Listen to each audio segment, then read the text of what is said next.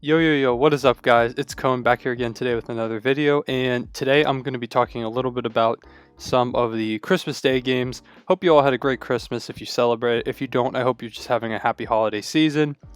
There were 5 games on yesterday, and all 5 of them were blowouts, which sucked. I spent the entire day watching them all, though. Anyways, they had some good things to talk about, though, so I'm going to go through them, even though they were blowouts.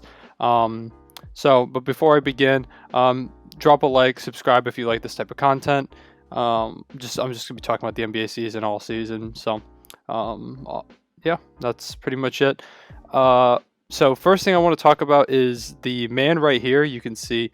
All right, I'm gonna get it this time. He's right there. That man right there, and that is Kevin Durant, who looks like he never even got injured. KD looks just as good as before he tore his Achilles. He torched the Celtics for I think 29 yesterday. He looked dominant both defensively and offensively. He's just him and Kyrie pair together really well, and I was high on them coming into the season, but now I feel like I might have even sold them short, even though I was high on them. I had them losing the Eastern Conference Finals, and so far it's just 2 games. There's still 70 more to go, but through the first 2 games, they look like the eventual Eastern Conference champions. They look ridiculous. Karis LeVert's played really well. Joe Harris is a perfect fit there. DeAndre Jordan and Jared Allen have both impressed. So we'll see if that continues. They played the Warriors, who I'm going to talk about in a second. They just aren't very good. And the Celtics, who it was kind of close. It was kind of back and forth up until like a late burst. And I was watching the game, and my brother, it's like the lead got to like 15, and I was like, oh, I think the Celtics were kind of starting to cut into it. And he goes, this game's going to end up being like a 20-point blowout. And I was like, nah, I think the Celtics are going to do it. And then Kyrie pulls up from like 5 feet behind the arc, hits a 3. Someone else scores, and next thing I know, it's a 20-point game. So this just Nets offense is so fun to watch. It's ridiculous. You can clearly see them. Mike D'Antoni, he has his like fingers all over it. Steve Nash has done a good job. And they've just implemented all their pieces really well. It's clear that everyone's on the same page, offensively, defensively, and with a team with 2 big stars like KD and Kyrie, that's what you want to see starting the season. So I just want to give a shout out to the Nets. I know I'm talking about KD here, who has looked like an MVP candidate, but Kyrie has also looked incredible. He's impossible to guard. It's ridiculous. Really happy both of them are healthy, and I look forward to.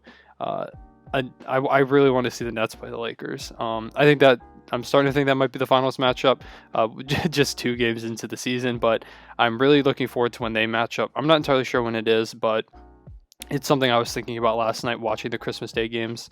I just want to see like those 2 like big powerhouses face off, so that'll be fun. Additionally, I just mentioned the Warriors, who this man KD destroyed the other day. The Warriors just don't look good. Curry's trying. It's really difficult for him because he was getting his teammates a lot of really good shots, and they just could not hit them. Like, I think Kelly Oubre is like 0 for like 20 or something like that. Like, he hasn't made a non-dunk attempt yet this season. That's just not acceptable as an NBA basketball player, especially one who plays for a team like the Warriors, who have high expectations constantly going into every season. So I think they'll turn it around and be better than they've looked, but I just don't think. I'm feeling better about picking them not to go to the playoffs. They have been missing Draymond. I don't think Oubre will continue to play as bad. Wiggins is like god awful. He's got to turn that around if they want any chance of making any type of noise in the playoffs. He's got to be better. He just looks out of it. I don't know what it is. I didn't really buy into the hype that he was going to be like amazing this season, but I thought he was going to be like a decent piece. I thought he could fit well with the Warriors. The Warriors culture kind of just makes everyone look good, but geez, no one, not even Steph Curry has looked very good on that team so far. So we'll see what adjustments Steve Kerr makes. We'll see how Draymond comes back. And actually, no, one player does look good. James Wiseman. Wiseman's looked incredible. He played super well in both of their games. He might have ended up being the steal at the second pick.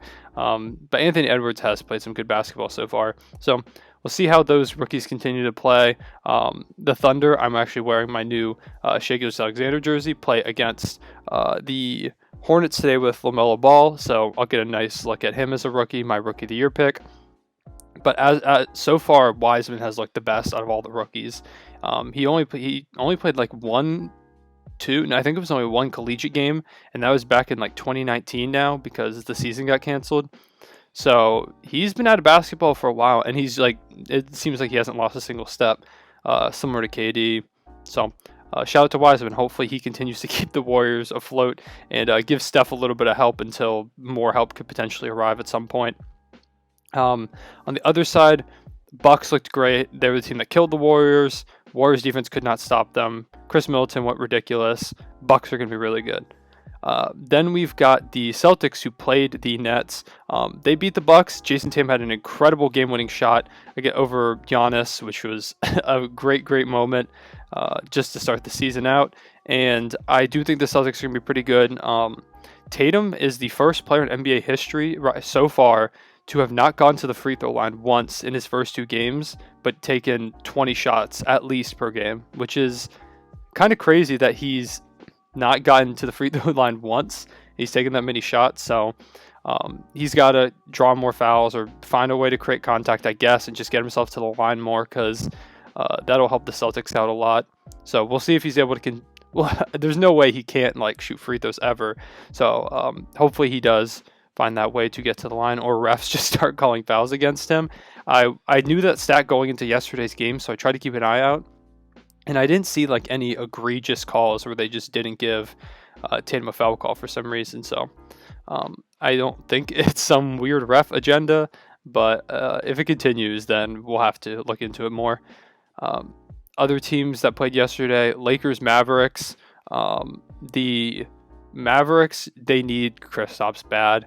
They didn't get a single second chance point yesterday against the Lakers. The Lakers had 35, which, if you know how games usually work, if you lose the second chance point battle 35-0, there's about a 0, maybe even a -% chance of you winning that basketball game, because those points are huge, especially against a team like the Lakers that can just kill you on the glass, and a team that can absolutely take advantage of those points. Like against a bad team, you can give up like offensive rebounds. They might not score, but with the Lakers, if you give them more opportunities, there's not a chance they're not going to take them. So the Mavericks have to be better. The Lakers looked incredible. It was good to see LeBron healthy. I know he twisted his ankle against the Clippers and sat out the last few minutes, which kind of killed the end of that game.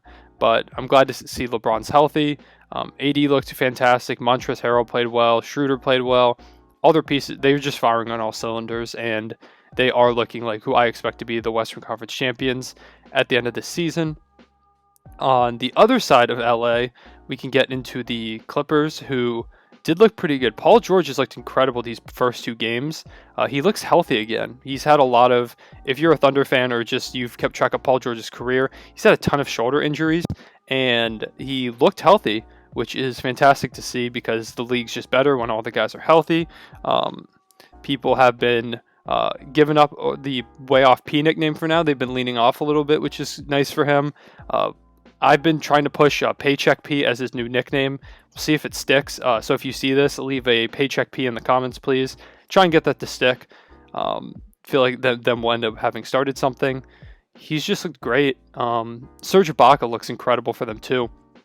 They actually held a lead against the Nuggets last night, which they had never done they have not done in their last few matchups. They've just blown every lead. Like, they won at 15. I was like, okay, so the Nuggets are going to win this game, but somehow they didn't.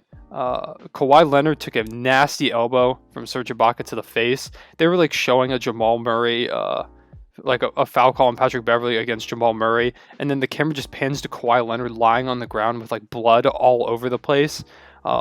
It was like my jaw hit the floor. He took a really bad elbow from Serge Ibaka. Apparently he had to get a few stitches, but he's going to be okay, which is good to see. It sucked to see him out there, but the Clippers held it down. The Nuggets kept trying to cut into the lead in the last few minutes, but they just couldn't stop them defensively. Jamal Murray heated up. He didn't look very good the first game, but he looked better at least the second half of the second game. The first half was also kind of rough. So hopefully he's able to stick to that.